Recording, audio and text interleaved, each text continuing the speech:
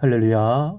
사랑하는 대강의 가족 여러분, 오늘 하루도 하나님의 말씀과 동행하는 삶이 되길 소망합니다. 오늘 함께 나눌 하나님의 말씀은 로마서 2장 17절에서 24절 말씀입니다. 유대인이라 불리는 내가 율법을 의지하며 하나님을 자랑하며 율법의 교훈을 받아 하나님의 뜻을 알고 지극히 선한 것을 분간하며 맹인의 길을 인도하는 자요 어둠에 있는 자의 빛이요 율법에 있는 지식과 진리의 모본을 가진 자로서 어리석은 자의 교사요 어린아이의 선생이라고 스스로 믿으니 그러면 다른 사람을 가르치는 내가 내 자신은 가르치지 아니하느냐? 도둑질하지 말라 선포하는 내가 도둑질하느냐? 간음하지 말라 말하는 내가 간음하느냐? 우상을 가증히 여기는 내가 친접 물건을 도둑질하느냐? 율법을 자랑하는 내가 율법을 범함으로 하나님을 욕되게 하느냐? 기록된 바와 같이 하나님의 이름이 너희 때문에 이방인 중에서 모독을 받는도다. 아멘. 외하내빈이라는 말이 있습니다. 이 겉과 속이 다를 때 주로 쓰는 말입니다. 이 겉은 좋은데 속이 부실한 경우를 일컬어 바로 외화내빈이라고 합니다. 그런데 사람에게도 겉이 있고 속이 있습니다. 겉은 외모나 행동이지만 속은 마음이며 영혼입니다. 우리 주변에는 겉은 멀쩡한데 속이 부실한 위선적인 사람이 있습니다. 외모는 화려하고 하는 행동도 그럴듯한데 마음은 그게 아닙니다. 마음이 진실하지 않은 상태에서 위선과 가식으로 자기 모습을 꾸며내는 사람이 많다는 것입니다. 그런데 신앙인 중에도 그런 사람이 있어서 걱정입니다. 겉과 속이 다릅니다. 교회에 있을 때는 천사표인데 세상에 있을 때는 악마처럼 변해버립니다. 성경 찬송을 들고 있을 때는 순한 양인데 삶의 현장으로 가면 어떻게 된 게 난폭한 사람으로 변해버리는 겁니다. 참으로 안타까운 것은 하나님의 특별한 사랑과 관심 속에 있었던 유대인들이 바로 이런 사람이었다는 사실입니다.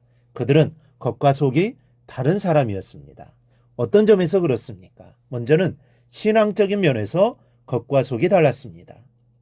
17절 이하에서 바울은 유대인들이 어떤 자부심을 갖고 살았는지를 구체적으로 나열하고 있습니다. 율법을 의지하고 하나님을 자랑하며 하나님의 뜻을 알고 선한 것을 좋게 여기며 소경의 길을 인도하는 자요 어둠에 있는 자의 빛이요 또 어리석은 자의 훈도요 어린아이의 선생이라고 자부했다는 겁니다. 그런데 이런 유대인들의 자부심들을 쭉 나열한 끝에 바울이 뭐라고 결론을 내리고 있습니까? 20절 마지막에 스스로 믿으니 그랬습니다. 그들 스스로 그렇게 생각했다는 것입니다. 하나님은 인정해 주지도 않는데 스스로 그렇다고 생각한 것이죠. 실제로는 그러지 못했다는 것입니다.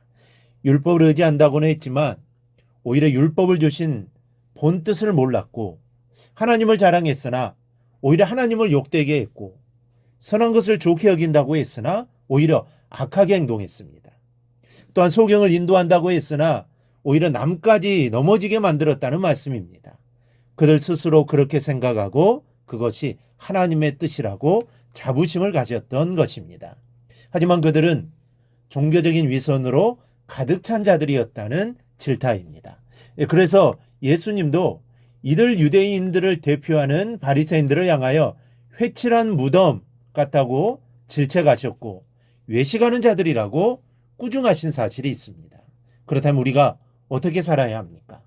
이것이 하나님의 뜻이라고 성급하게 단언하고 겉으로 큰 소리치기보다는 묵묵히 기도하며 하나님의 뜻을 더 알기를 힘써야 합니다. 그렇게 기도하다 보면 하나님이 내적 확신을 주십니다. 내적 확신을 주시면 실천할 줄 알아야 합니다. 성령이 주신 마음을 소멸해서는 안 됩니다. 기도한 대로 믿고 나아가야 합니다. 그래야 우리의 신앙이 겉과 속이 일치하는 건강한 믿음이 되는 것입니다. 둘째로는 실생활적인 면에서 겉과 속이 달랐습니다. 입으로는 얼마든지 하나님을 사랑한다고 말할 수 있습니다. 입술로는 얼마든지 이웃을 사랑한다고 고백할 수 있습니다. 하지만 실제 상황이 문제입니다. 말과 입술로만 그럴듯한데 과연 그 말처럼 진실되게 사느냐, 이게 바로 문제입니다. 이 점에서 유대인들의 성적 표는 빵점입니다. 오늘 성경에 보니 유대인들은 도덕질하지 말라고 하면서 자신들은 도적질하는 삶을 살았습니다. 간음하지 말라고 하면서 정작 자신들은 간음했고, 우상을 가증히 여기면서도 우상의 것을 탐내서 우상의 신전에 있는 것들을 훔쳐냈습니다. 그런 이러한 행동이 이방인들의 눈에 드러났을 것입니다. 낱말은 새가 듣고 반말은 쥐가 듣는다고 했습니다. 은밀했다고 하는 것은 순전히 자기만의 생각이지 선한 것이든 악한 것이든 세상에 드러나지 않을 것이란 없는 것입니다. 그런데도 유대인들이 이처럼 가정스러운 생활을 했으니 그러한 생활이 쌓이고 쌓인 결과가 어떻게 나타났을 것 같습니까? 24절은 그 결과를 이렇게 말씀합니다.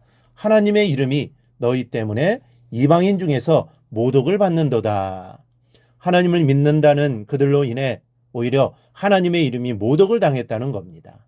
그들은 하나님의 영광을 위한다고 했지만 그들의 행동은 자신들을 위한 행동이었습니다. 그래서 하나님의 이름이 모독을 당한 것입니다. 여러분, 우리는 겉과 속이 같아야 합니다.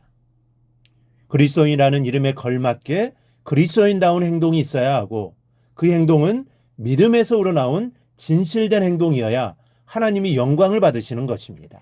그렇지 못할 때 하나님은 영광 대신 모욕을 받으십니다. 신앙적인 것이든 실생활적인 것이든 진실하지 못한 위선적이고 가식적인 행동을 해서는 안 됩니다. 사람들은 다 느낍니다. 다 압니다. 다만 말하지 않을 뿐입니다. 그리고 사람들이 말하지 않으니 아닐 거라고 생각합니다. 하지만 자신만 모르고 있는 것입니다. 여러분은 하루하루를 진실하게 살아가기를 바랍니다. 마음에 하나님을 모시고 겉과 속이 같은 진실한 생활을 하십시오. 그러면 하나님이 축복하시고 사람이 여러분을 따르고 여러분의 인생은 성공과 만족과 행복을 얻게 될 것입니다. 믿음과 삶이 일치되는 삶을 꼭 살아가기를 바랍니다.